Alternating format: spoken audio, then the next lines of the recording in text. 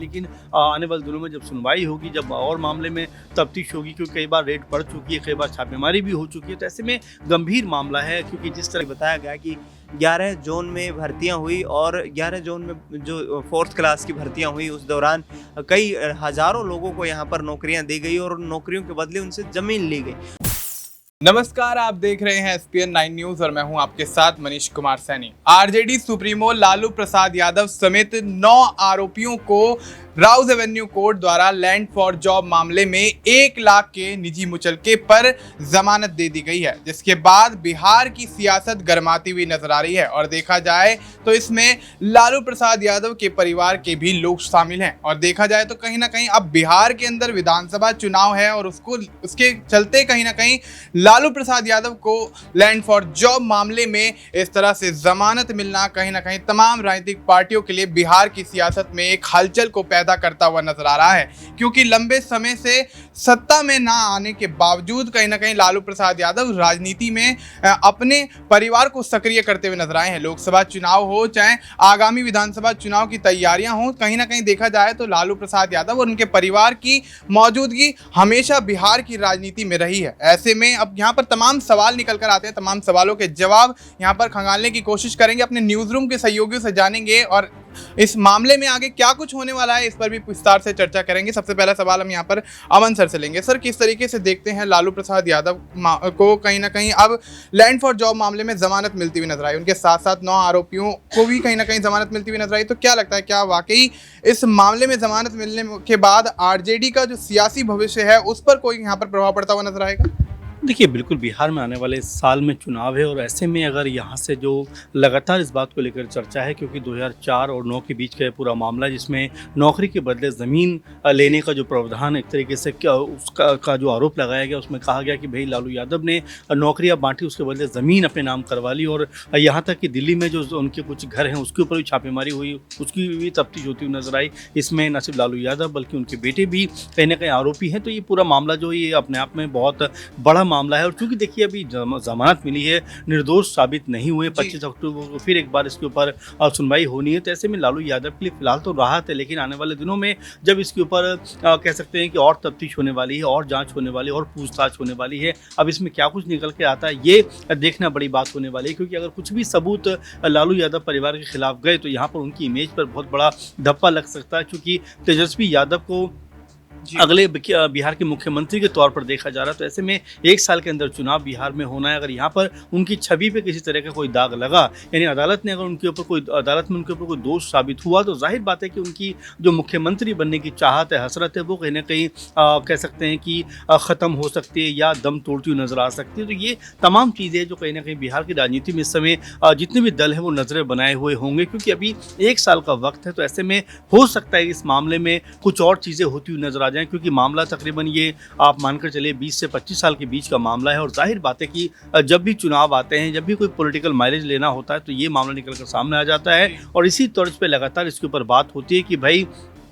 जो सत्ताधारी पार्टियां हैं वो अपने लिए एक पॉलिटिकल लाभ लेने के लिए, फ़ायदा लेने के लिए इस तरह के मामले को उठाते हुए नज़र आते हैं। इसीलिए अभी तक ये मामला कहीं ना कहीं जांच के लेवल पे ही है। हालांकि अभी ज़मानत मिली, 1 लाख मुचलके पे उनको ज़मानत मिली है, लेकिन आने वाले दिनों में जब सुनवाई होगी, जब और मामले में तफ्तीश होगी, क्योंकि कई बार रेड पड़ चुकी है, कई बार छापेमारी भी हो चुकी है, तो ऐसे में गंभीर मामला है। क्योंकि जिस तरह का आरोप लगा है कि भाई नौकरी तो दी गई, लेकिन उसके बदले में आपने उनकी ज़मीनें अपने नाम करवा ली। अब इसमें कितनी सच्चाई है अदालत में तय होगा, लेकिन अगर ये कह सकते हैं लालू परिवार के खिलाफ गया तो यहाँ पर उनकी छवि पे इसका बुरा असर पड़ता हुआ नजर आ सकता है। जी सर, अगला सवाल एक मेरा ये रहेगा, जिस तरीके से यहाँ पे अब ये मामला निकल कर आया, तो क्या लगता है कि जिस तरीके से तेजस्वी यादव विधानसभा चुनाव से पहले कहीं ना कहीं नीतीश कुमार की सरकार पर हमलावर हैं, भ्रष्टाचार को लेकर और बढ़ते अपराध को लेकर, तमाम मुद्दों को लेकर हमलावर हैं, तो क्या लगता है क्या नीतीश कुमार भी अब पलटवार इस मामले को लेकर करते हुए आएंगे? देखिए मनीष, अभी ये मामला अदालत में है और इसको लेकर कोई ये नहीं कह सकता कि ये आरोप मुक्त हो गए हैं या आरोपी हो गए हैं, क्योंकि अभी भी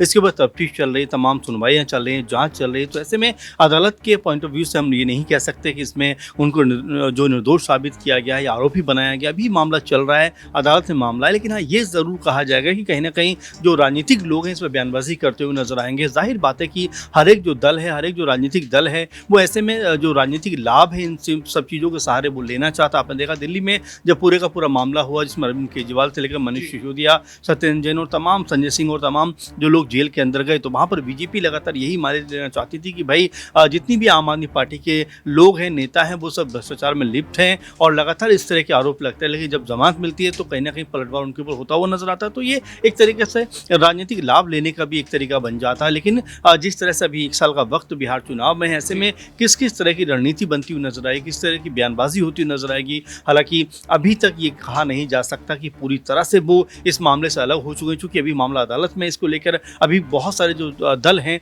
वो कोई बड़ी प्रतिक्रिया नहीं देंगे। लेकिन जिस तरह से कह सकते हैं कि जो तेजस्वी हैं, तेज प्रताप यादव हैं, लालू यादव हैं, उनके ऊपर जो आरोप हैं लगे, उनको एक तरीके से पॉलिटिकल तौर पर अपने लिए कैश करते हुए नजर आ सकते हैं। जी बिल्कुल। तब ऐसे में कहीं ना कहीं 25 अक्टूबर को मामले में अगली सुनवाई होनी है और उससे पहले किस तरह से बिहार की सियासत में लालू प्रसाद यादव को लेकर यहाँ पर तमाम राजनीतिक पार्टियां अपना रुख अपनाती हुई नजर आती हैं, ये भी एक बड़ा सवाल यहाँ पर हो जाता है। फिलहाल जिस तरह से हमारे सहयोगी अमन सर ने बताया कि अभी यहाँ पर फिलहाल कोई प्रतिक्रिया किसी पार्टी की सामने नहीं आ रही, लेकिन देखा जाए तो लालू प्रसाद यादव और नीतीश कुमार के बीच लंबे समय से कहीं ना कहीं एक राजनीतिक संबंध रहा है और सरकार बनाते हुए भी नजर आए। लेकिन देखा जाए तो लोकसभा चुनाव के बाद से ही कहीं ना कहीं नीतीश कुमार के ऊपर तेजस्वी यादव और तेजस्वी यादव के ऊपर नीतीश कुमार हमलावर रहते हैं। तो अगला सवाल यहाँ पर हम अपने सहयोगी दिनेश से लेना चाहेंगे। दिनेश, किस तरीके से देखते हैं पूरे तमाम घटनाक्रम को कि लालू प्रसाद यादव को 1 लाख के मुचलके पर, उनके साथ साथ 9 अन्य आरोपियों को 1 लाख के मुचलके पर यहाँ पर जमानत दे दी जाती है। अगली सुनवाई 25 अक्टूबर को होनी है, तो क्या लगता है क्या वाकई यहाँ पर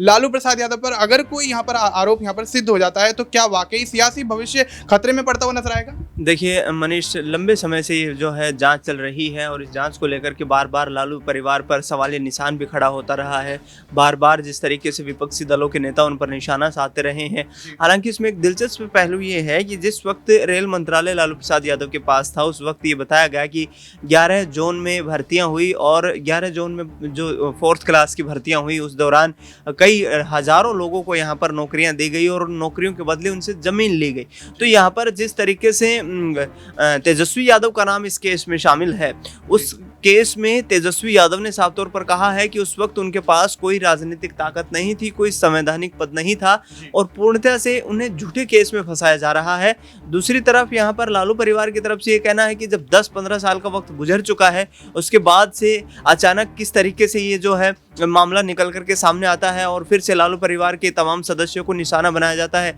जिसमें न केवल लालू प्रसाद यादव शामिल है बल्कि राबड़ी देवी और तमाम ऐसे सदस्य हैं जिनको लेकर के ये बार बार जो है कहा जाता रहा है कि ये पूरा परिवार जो है इस स्कैम में शामिल है। तो इस प्रकार से यहाँ पर जो राउज एवेन्यू कोर्ट में पूरी परिवार की पेशी हुई, जिसमें सारण से लोकसभा सांसद लालू प्रसाद यादव की बेटी मीसा भारती भी मौजूद थी। इन तमाम सदस्यों को जमानत मिलती हुई नजर आई और निश्चित तौर पर अदालत आगामी वक्त में इस पर जांच करेगी और जांच के बाद ये स्पष्ट हो पाएगा कि आखिरकार ये वाकई में कुछ ऐसी गड़बड़ी का मामला था या फिर लालू प्रसाद यादव को यहाँ पर राजनीतिक षड्यंत्र के तहत फंसाए जाने की यहाँ पर कोशिश की जा रही है। फिलहाल कोर्ट से उन्हें पूरी राहत मिली है। जी बिल्कुल। तो अभी फिलहाल तो यहाँ पर राहत मिलती हुई नजर आई है लालू प्रसाद यादव और उनके परिवार के तमाम सदस्यों को, लेकिन आगामी 25 अक्टूबर को जो कोर्ट में सुनवाई होनी है उस पर भी यहाँ पर कहीं ना कहीं आरजेडी और आरजेडी के तमाम नेताओं की निगाहें टिकी रहेगी और कहीं ना कहीं फैसला जो है अगर लालू प्रसाद यादव के हित में आता है तो कहीं ना कहीं उनका जो सियासी भविष्य है, आगामी विधानसभा चुनाव है, वो लड़ना यहाँ पर थोड़ा आसान होता हुआ नजर आएगा। लेकिन अगर यहाँ पर फैसला उनके विरोध में आ जाता है तो वाकई तमाम राजनीतिक पार्टियां यहाँ पर उनके विरोध में मोर्चा खोलती हुई नजर आएंगी और देखना दिलचस्प होगा किस तरह से यहाँ पर लालू प्रसाद यादव पर आगामी समय में तमाम सवालिया निशान विरोधी पार्टियां खड़ी करते हुए नजर आती हैं। फिलहाल के लिए इतना ही। देश और दुनिया से जुड़ी तमाम जानकारी के लिए आप देखते रहिए SPN9।